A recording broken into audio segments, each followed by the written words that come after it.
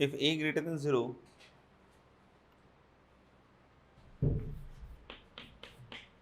if a greater than 0, then find the minimum value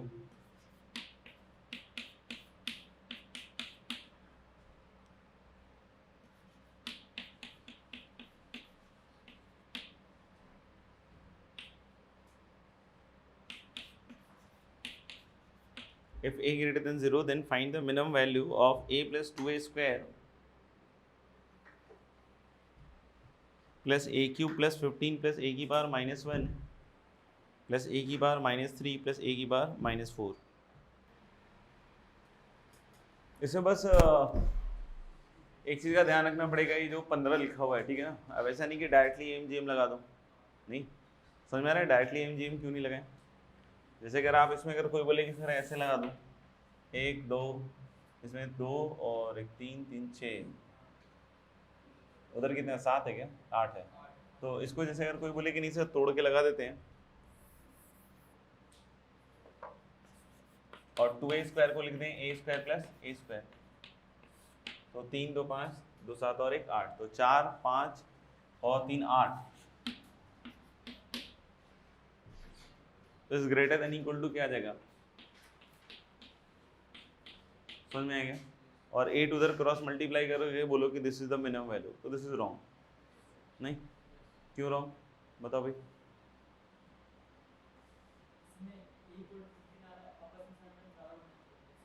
very good. तो हम लोग लेंगे आप कि पकड़ लिया बच्चे ने कि हम लोग बोले कि कोशिश करना आगे भी कर पाओ।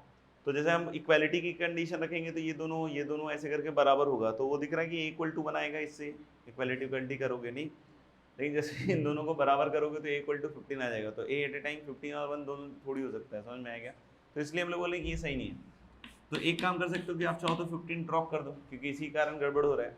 या फिर 15 अगर यूज भी करना है तो 15 को 1 1 1 1 1 15 टाइम्स लिखो, नहीं तो हल्ला उससे भी सही आ जाएगा। तो अब आप क्या करो, a plus a square plus a square plus a cube ये लगाओ, और plus 1 by a plus 1 upon a cube,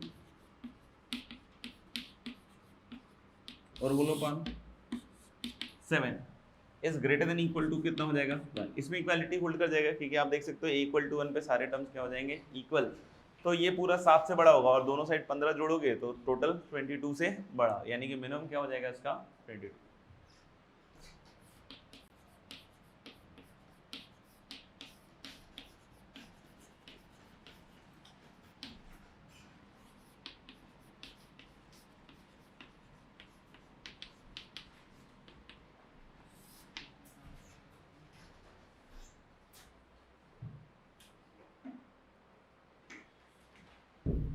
वैसे तो जेई सिलेबस में आप देखोगे तो एएम जीएम और एचएमई लिखा हुआ है, उसमें आरएमएस का भी ऐसा कोई जिक्र नहीं है।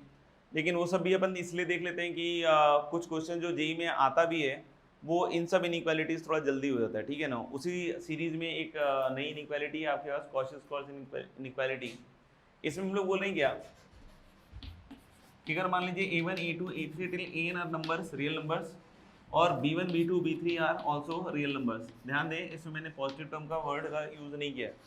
तो a1 से an और b1 से bn क्या है आपके पास? Real number. समझ में आ गया? तो हम लोग यहाँ पे बोल सकते हैं क्या कि a1 b1 plus a2 b2 till an bn का whole square is less than equal to a1 square plus a2 square till an square into b1 square plus b2 square till, नहीं कॉशी-स्क्वार्ट्ज इनइक्वालिटी में हम लोग क्या कह रहे हैं कि अगर a1 से an तक रियल नंबर है और b1 से bn तक रियल नंबर है तो दिस विल बी ट्रू। फिर से कोई पूछे इक्वालिटी कब होल्ड करेगा, तो अब बराबर नहीं। अब हम लोग बोलेंगे कि जो a1 अपॉन b1 है, a2 अपॉन b2 है, और इस तरीके से an अपॉन bn है, ये सब क्या हो जाएंगे? इक्वल। नहीं हम लोग बोलेंगे a1 upon b1 a2 upon b2 और टिल an अपॉन bn क्या हो जाएगा? इक्वल। तो इक्वालिटी होल्ड करेगा। तो इसको लिखने के बाद लिखना है इक्वालिटी होल्ड्स इफ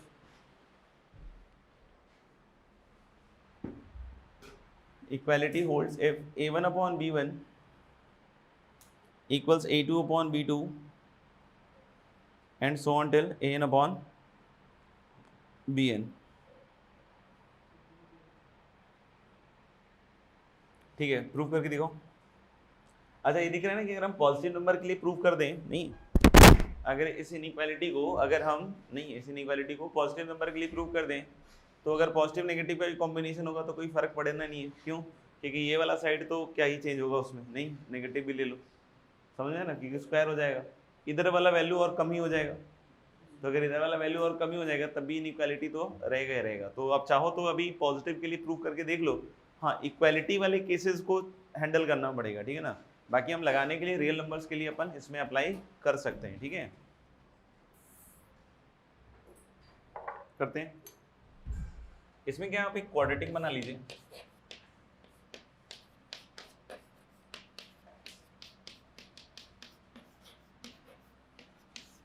जिसमें एक्स स्क्वायर का कोएफिशिएंट हम लोग ले रहे हैं a1 स्क्वायर से लेकर an स्क्वायर, एक्स का कोएफिशिएंट ले रहे हैं -2a1b1 plus a2b2 till an bn into x, और प्लस जो हम लोग बोल रहे हैं क्या,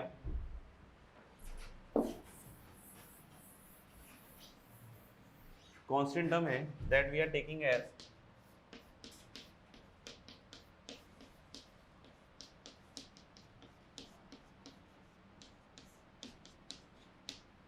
b1 square plus b2 square till bn square equal to क्या लिख लें, 0। इस क्वाड्रेटिक में देखोगे तो ये n परफेक्ट स्क्वायर का सम लिखा हुआ है एक्चुअली, फील कर सकते हैं, फील कीजिए।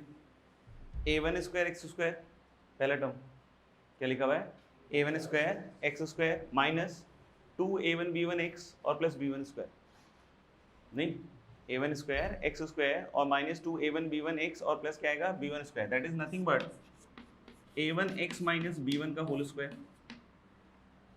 ऐसे ही जो सेकंड वाला आप देखोगे a2 square x square minus 2a2b2 x और प्लस b2 स्क्वायर, तो ये कितना हो जाएगा, a2x माइनस b2 का होल स्क्वायर। और ऐसे ही जब लास्ट वाला पकड़ोगे आप तो an(x माइनस bn का होल स्क्वायर इक्वल टू क्या मिल रहा है आपको, 0। तो मैं ये समझ सकता हूँ ना कि ये जो क्वाड्रेटिक है जो लिखा है सबसे पहला वाला, ये क्वाड्रेटिक मिनिमम 0 हो सकता है, क्योंकि अगर सम ऑफ स्क्वायर्स है तो सम ऑफ स्क्वायर्स मिनिमम कितना गिर सकता है, 0 नहीं, हालांकि अदरवाइज हमेशा क्या रहेगा, पॉजिटिव। समझ में आ रही है? तो हाल बोल सकते हैं क्या कि ये जो भी क्वाड्रेटिक है अगर ये मिनिमम 0 होगा और coefficient of x square positive है,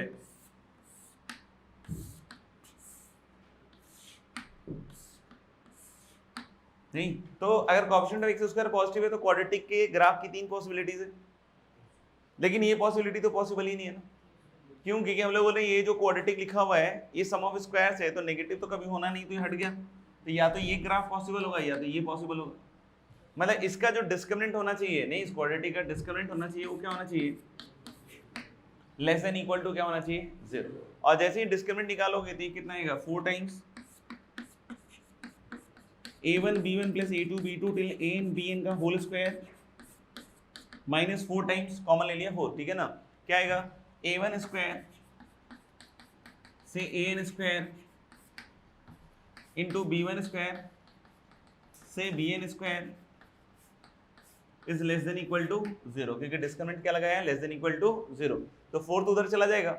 और फिर आप देखोगे a1 b1 plus a2 b2 till an bn का होल स्क्वायर, उसको ले जाओगे उधर तो less than equal to a1 square से an स्क्वायर और इंटू b1 स्क्वायर से क्या आएगा, bn स्क्वायर। क्लियर है यहाँ तक? दूसरी चीज आप यहाँ पे ये भी देख सकते हो कि इक्वालिटी कब होल्ड करेगा, तो इक्वालिटी तभी होल्ड करेगा ना जब हम लोग बोल रहे हैं कि ये 0 होगा, और ये 0 कब होगा, जब सब टर्म 0 होंगे। नहीं समझ में आया? क्योंकि अगर इक्वालिटी होल्ड करना है तो ये वाले केस में यहाँ पे ही होल्ड कर पाएगा, समझ में आएगा? नहीं समझ में आया? और इक्वालिटी तभी होल्ड कर पाएगा ना, तो सब टर्म को 0 करोगे तो x क्या आएगा, b1 बाई a1, x क्या आएगा, b2 बाई a2, x क्या आएगा, bn बाई an। तो x हमेशा सब में सेम आना चाहिए, मतलब b1 by a1 is b2 by a2 और क्या आएगा, bn बाई an। तो ये जो नंबर्स उसका रेशियो क्या होना पड़ेगा, same.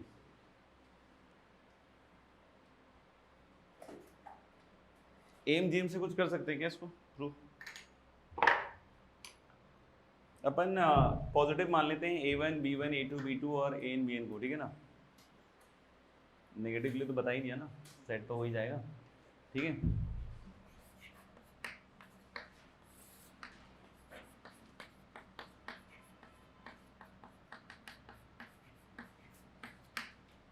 A1 square upon A1 square plus A2 square till AN square plus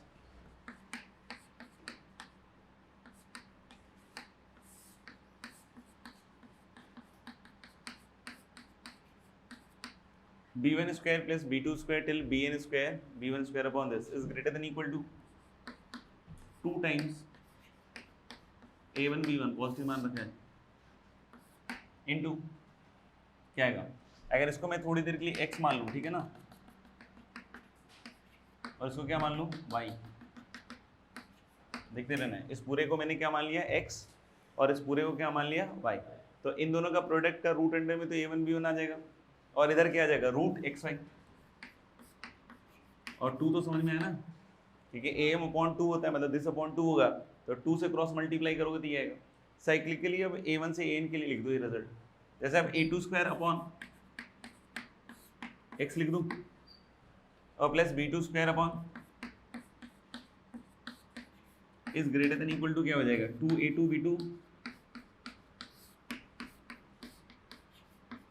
समझ में आ रहा है क्या। और ऐसे ही लास्ट में लिख दो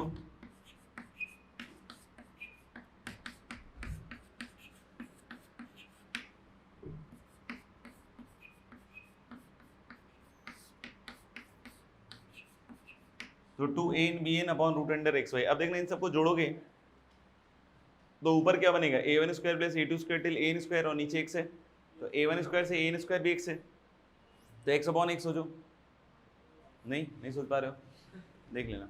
ऐसे ही ये ऊपर वाला B1 स्क्वायर से BN स्क्वायर फिर से y हो जाएगा सम, और नीचे भी क्या है y, तो कट के इधर 1 + 1 क्या बन गया 2, और इधर देखना greater than equal to 2 common, और ऊपर बनेगा A1 B1 A2 B2 till AN BN का सम, और नीचे क्या बनेगा रूट XY, तो 2 कट गया ना दोनों साइड से, और रूट XY को इधर ले आओ, तो root XY is greater than equal to क्या हो जाएगा A1 B1 A2 B2 और टिल AN BN का सम, और दोनों साइड स्क्वायर करते हैं XY is greater than equal to क्या आ जाएगा A1 B1 A2 B2 till AN BN का होल स्क्वायर, और x क्या है A1 स्क्वायर से AN स्क्वायर, और y क्या है B1 स्क्वायर से BN स्क्वायर, तो बन जाएगा।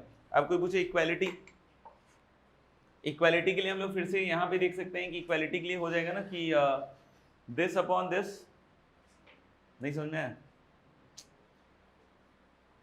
समझ में आ रहा है। इक्वालिटी कंडीशन एम जी जिस पे लगाते हैं तो क्या होना चाहिए इक्वल, तो like this equal to this, नहीं ऐसे ही this equal to this equal to this करोगे तो पहले वाले से जो A1 अपॉन B1 आएगा वो root under of this upon root under of this आएगा।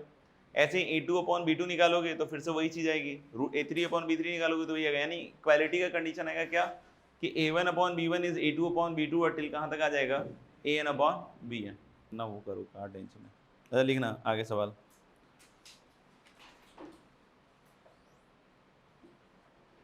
if x y z are all positive,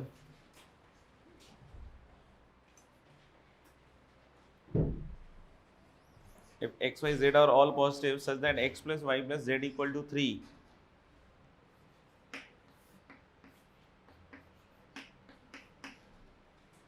if x y z are all positive such that x plus y plus z equal to 3, then find the least value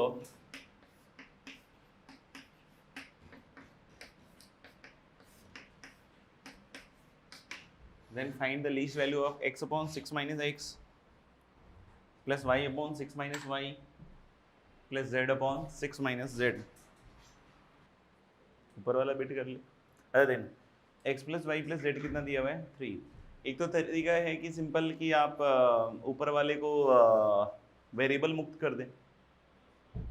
कैसे variable मुक्त कर सकते हैं, नीचे वाले की शक्ल ऊपर बना के। अब बोलोगे वो कैसे बनाना होता है, तो ऐसे जैसे नीचे 6 माइनस एक्स है ना, तो ऊपर ऐसे लिख लो x minus x plus x, नहीं फिर इधर क्या लिख लो y minus x plus x, और इधर क्या लिख लो z minus x plus x. अब सबको अलग अलग कर लो, ये दिख रहा है सबको -1 आएगा पहले, इधर क्या आएगा -1 और इधर क्या आएगा -1, तो -1 कितनी बार आएगा 3 बार, तो -3 हो गया। उसके बाद देखना 6 upon 6 minus x, 6 upon 6 minus y और 6 अपॉन 6 माइनस एक्स, तो 6 कॉमन हो जाएगा।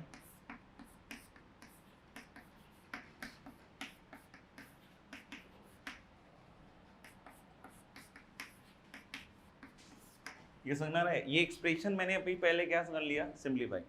अगर ये एक्सप्रेशन सिंप्लीफाई हो गया तो उसके बाद हम ये जो तीन टर्म है 6 minus x, 6 minus y, 6 minus z, इसमें ए एम एच एम लगा दें तो क्या आएगा, 6 minus x plus 6 minus y plus 6 minus z upon 3 is greater than equal to कितना आ जाएगा, 3 टाइम्स 1 अपॉन 6 माइनस एक्स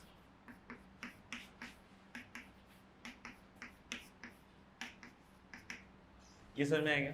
और ऊपर x plus y plus z की वैल्यू 3 है, तो 6 6 6 18 में से 3 गया शायद 15, और 15 अपॉन 3 क्या हो जाएगा 5। तो ये जब इधर जाएगा तो इसकी वैल्यू शायद 3/5 ही आ रही लगता है, नहीं? और अगर इसकी वैल्यू 3/5 यहाँ पुट करोगे तो इसकी वैल्यू 3/5 ही आएगी, समझ में आएगा? तो मिनिमम वैल्यू क्या हो जाएगा 3/5। तो एक तो ऐसे भी सोच सकते हैं अपन।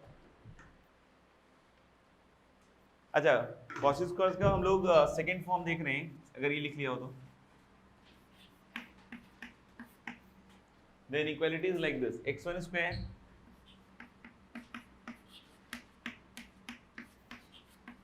इसको कुछ T2 फॉर्म भी बोलते हैं,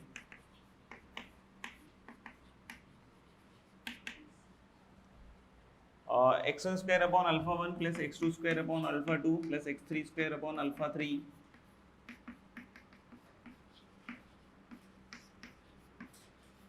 so until xn square upon alpha n. This is always greater than equal to x1 plus x2 plus x3 till xn का whole square upon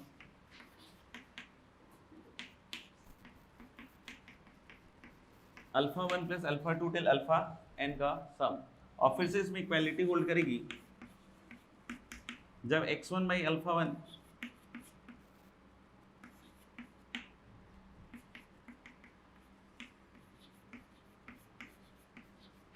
x1 by alpha 1 equals x2 by alpha 2 और till xn by alpha n बराबर हो, ठीक है ना? तो इसको prove करके देख लो पहले, तो फिर बात करते हैं, ठीक है? तो जो a1 b1 a2 b2 और टिल an bn वाला उसी का यूज कर लो। क्या, जैसे कि हम लोग अच्छा इसमें एक चीज और नोटिस करना है, नोट करना है यार, अल्फा 1 से अल्फा n तक सब पॉजिटिव होगा इस इनइक्वालिटी में। अल्फा 1 से लेकर अल्फा n तक जितने भी नंबर्स हैं ये सब कैसे होने चाहिए, पॉजिटिव, ठीक है ना? ये इंपॉर्टेंट रिक्वायरमेंट है। तो जैसे आप ai को ले लो, x1 अपॉन या xi upon root under alpha i, नहीं? और bi को ले लो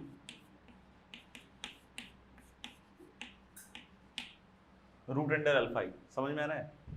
ai को क्या लिया, मतलब a1 को क्या लिया x1 upon root alpha 1, a2 को क्या लिया x2 अपॉन रूट अल्फा 2, ऐसे a3 an, समझ में आएगा? और b1 को क्या लिया रूट अल्फा 1, b2 को रूट अल्फा 2, ऐसे। तो जब आप a1 b1 a2 b2 करके लिखोगे तो देखना क्या है, a1 x1 upon root alpha 1 b1 root alpha 1, तो a1 b1 करोगे तो कट जाएगा, यानी क्या बचेगा, a1 b1 मतलब x1, a2 b2 मतलब x2, और ऐसे ही an bn मतलब xn, इसका whole square is less than equal to क्या आएगा, a1 स्क्वायर से लेकर an स्क्वायर तक का सम। तो a1 स्क्वायर से an स्क्वायर तक का सम लिखोगे तो क्या बनेगा, x1 स्क्वायर अपॉन अल्फा 1 से लेकर, समझ में आ रहा है क्या, xn स्क्वायर अपॉन कितना आएगा alpha n, whole multiplied by b1 square से bn स्क्वायर तक का सम, दैट इज अल्फा 1 से लेके अल्फा n तक का सम। अब इसको इधर छोड़ दो और इससे डिवाइड कर लो, तो यही इनइक्वालिटी तो बन जाएगी ना। और इक्वालिटी कब होल्ड करता है, जब a1 upon b1 is a2 upon b2 is an upon bn, what is ai upon bi, this is xi upon alpha i। तो ai upon bi xi upon alpha i है, तो x1 upon alpha 1, समझ में आ रहा है, x2 upon alpha 2 till xn upon alpha n को क्या होना पड़ेगा, बराबर। तो ये तो हम लोग बोल रहे हैं क्या कि कॉशी स्क्वायर का ही सेकंड फॉर्म है, ठीक है ना? बाकी हम लोग बोल रहे हैं कि इसको इसके लिए यूज कर सकते हैं हम, पहले लिख लो,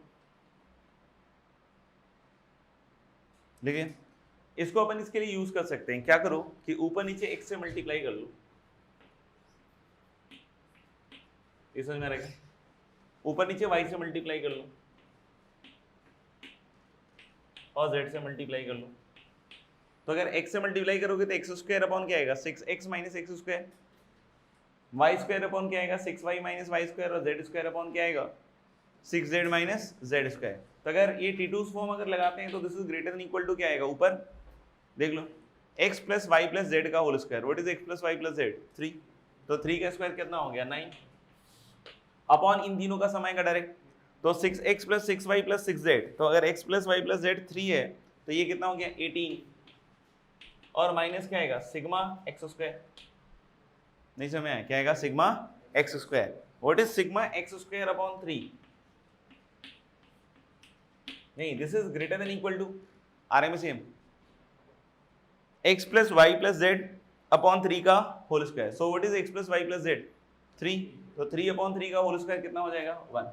तो अगर सिग्मा एक्स स्क्वायर की बात करूं तो ये ग्रेटर देन इक्वल टू 3 हो रहा है, तो आप देख सकते हो कि हम इसका क्या